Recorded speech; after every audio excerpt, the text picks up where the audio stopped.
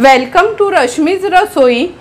तुम्हाला सर्वांनाच तांबीचं मावरं माहिती असेल, म्हणून आज मी तुम्हाला खास आमच्या आगरी कोळी पद्धतीने तांबीच्या मावऱ्याचं आंबट कसं बनवायचं ही रेसिपी दाखवणार आहे। त्यासाठी हा व्हिडिओ तुम्ही शेवटपर्यंत बघा आणि माझ्या चॅनलला लाईक, शेअर आणि सबस्क्राइब करा। आपण जवळपास ही 400 ग्रामची एक तुकडी होती तांब माशाची, ती घेतली आहे आणि हे असे तुकडे करूनच घेतलेत। हे बघा, बघूनच तुम्हाला कळेल का किती ताजी मच्छी होती एकदम। नंतर त्याच्यासाठी 2 टेबलस्पून आपण तेल यूज करणार आहोत। 2 हिरव्या मिरच्या 2-2 तुकडे करून घेतलेत। 7 ते 8 लसणाच्या पाकळ्या चेचून घेतल्या आहेत। एक छोटासा कांदा देखील बारीक चिरून घेतलाय। 2 टोमॅटो आहेत, त्याचे असे हे मोठे मोठे पीसेस केलेत।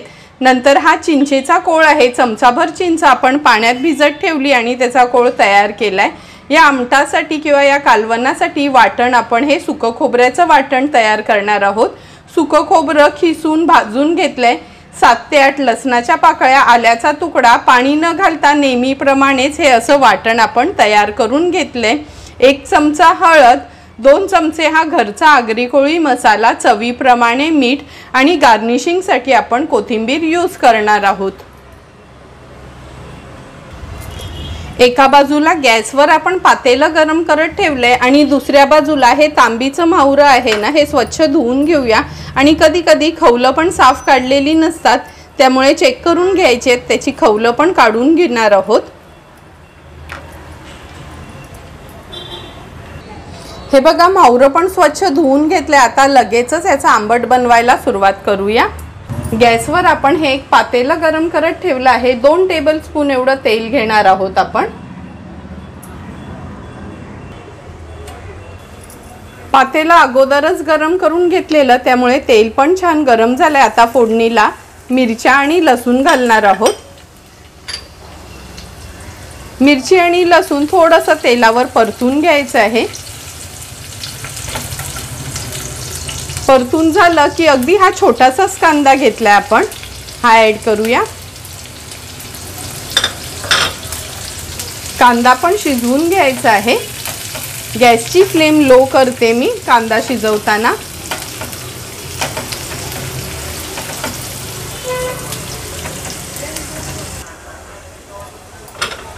हे बघा, कांदा पण जवळपास शिजत आलाय। गॅसची फ्लेम आता हाय करून घेते। आता आपण हळद घालणार आहोत।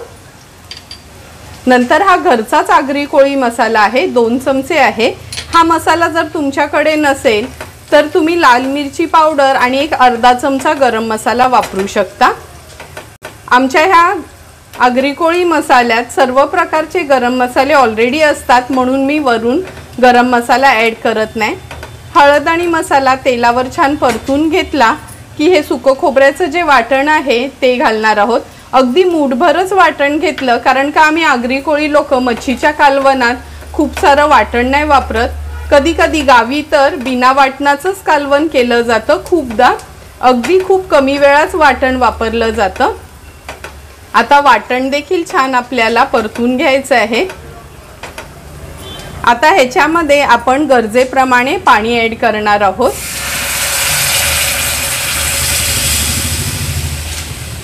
जवळपास 1.5 ग्लास पाणी मी ह्या कालवणात ॲड केलं आहे।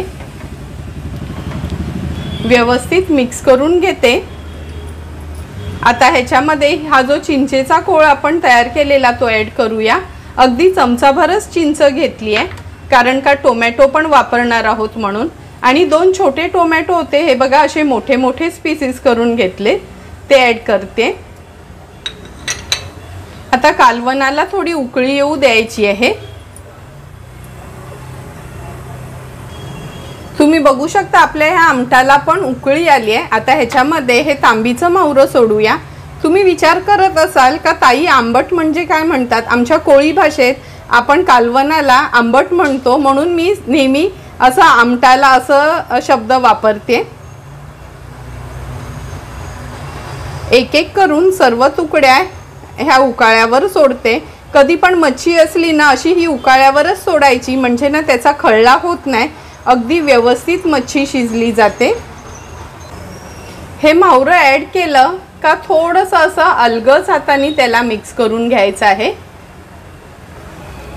आता यात आपण चवीप्रमाणे मीठ ॲड करूया। पुन्हा एकदा अलगद हाताने त्याला मी असं हलवून घेते, कारण का लक्षात ठेवा कधी पण हे मासाचं माहुरं असते ना, जास्त पळीने असं मिक्स करायचं नाही, म्हणजे त्याचा खळला होतो नाहीतर। आता ह्याच्यावर झाकण ठेवूया, गॅसची फ्लेम लो करूया आणि एक 7 ते 8 मिनिटासाठी हे कालवण आपण शिजवून घेणार आहोत। 8 ते 10 मिनिटं झालेत, आपण झाकण काढून बघूया। हे बघा, बघूनच तुम्हाला कळेल का आपलं कालवण व्यवस्थित तयार झालं। हे बघा, तुकड्या पण कशा छानशा शिजल्या गेल्यात। आता गॅसची फ्लेम हाय करते, हाय फ्लेमवर एक छानशी उकळी काढूया आणि एक थोडंसं कोथिंबीर ॲड करते ह्याच्यावर।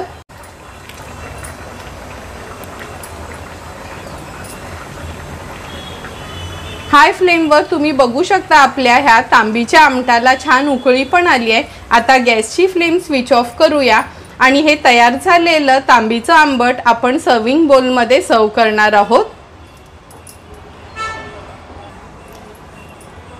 आपल्या ह्या तांबीच्या आमटाची वाफ थोडी कमी झाली आहे।